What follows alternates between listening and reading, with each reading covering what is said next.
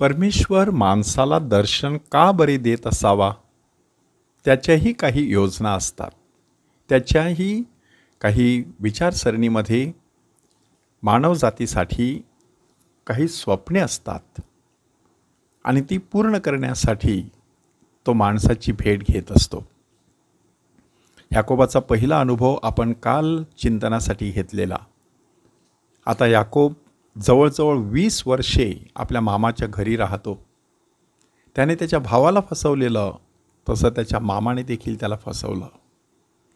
परंतु ईश्वर अनुभवामुळे तो त्या ठिकाणी तग धरू शकला. मात्र फक्त ईश्वर अनुभव घेऊन पुरेसं नसतं. अध्यात्मामध्ये माणसाला प्रगती करायची असते आणि तशा प्रकारचीच प्रगती आपल्याला याकोबाच्या जीवनामध्ये झालेली दिसून येते की बेथेल म्हणजे देवाचं घर.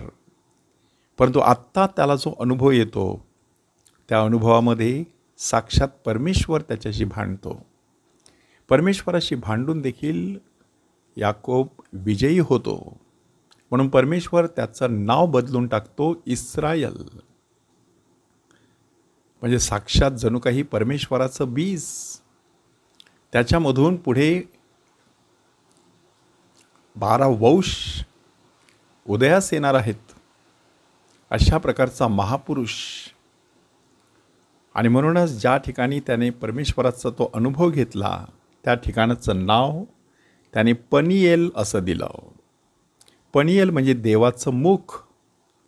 काल आपण फक्त देवाचं घर जे लांबून सुद्धा दिसू शकतं त्याचा अनुभव घेतला.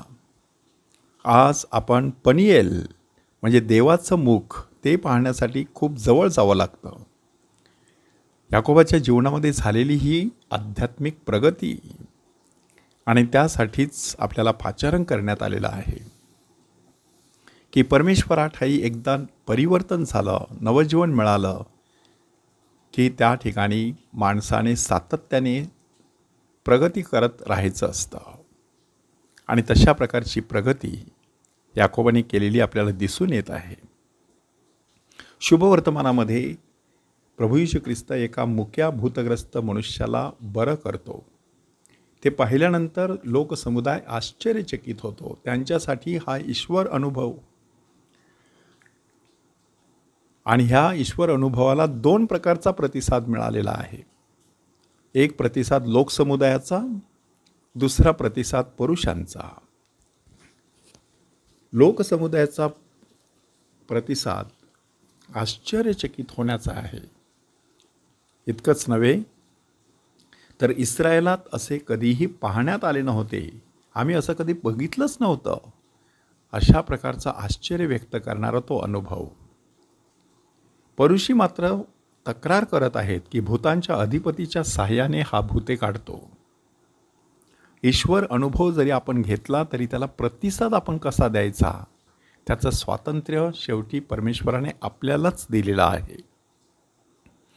प्रभू येशू ख्रिस्त त्यानंतर त्यांच्या सभास्थानात शिकवत, राज्याच्या सुवार्तेची घोषणा करत, सर्व प्रकारचे रोग, सर्व प्रकारची दुखणी बरी करत नगरातून आणि गावातून फिरत होता. आणि मग त्याने आपल्या प्रेषितांना सांगितलं, हे सगळं बघितल्यानंतर मला वाटतं की ते मेंढपाळ नसलेल्या मेंढरांसारखे आहेत, गांजलेले आणि पांगलेले. म्हणून येशू त्यांना सांगत आहे, पीक फार आहे पण कामकरी थोडे आहेत. ह्याच तर पिकाच्या धन्याने आपल्या कापणीस कामकरी पाठवून द्यावेत म्हणून त्याची प्रार्थना करा. प्रेषित कार्याची सुरुवात प्रार्थनेने होते. ईश्वर अनुभव घेतल्याशिवाय प्रेषित कार्य खांद्यावर घेता येत नाही. मग प्रभू येशू ख्रिस्त स्वतः प्रार्थनेमध्ये रात्रीचे रात्री, तासंचे तास वेळ घालवतो आणि मगच लोकांची सेवा करण्यासाठी बाहेर पडतो. आपल्याला देखील अशा प्रकारचा एकांत आणि लोकांत ह्यामध्ये सांगड घालता यावी म्हणून परमेश्वराकडे कृपा आणि शक्ती मागूया.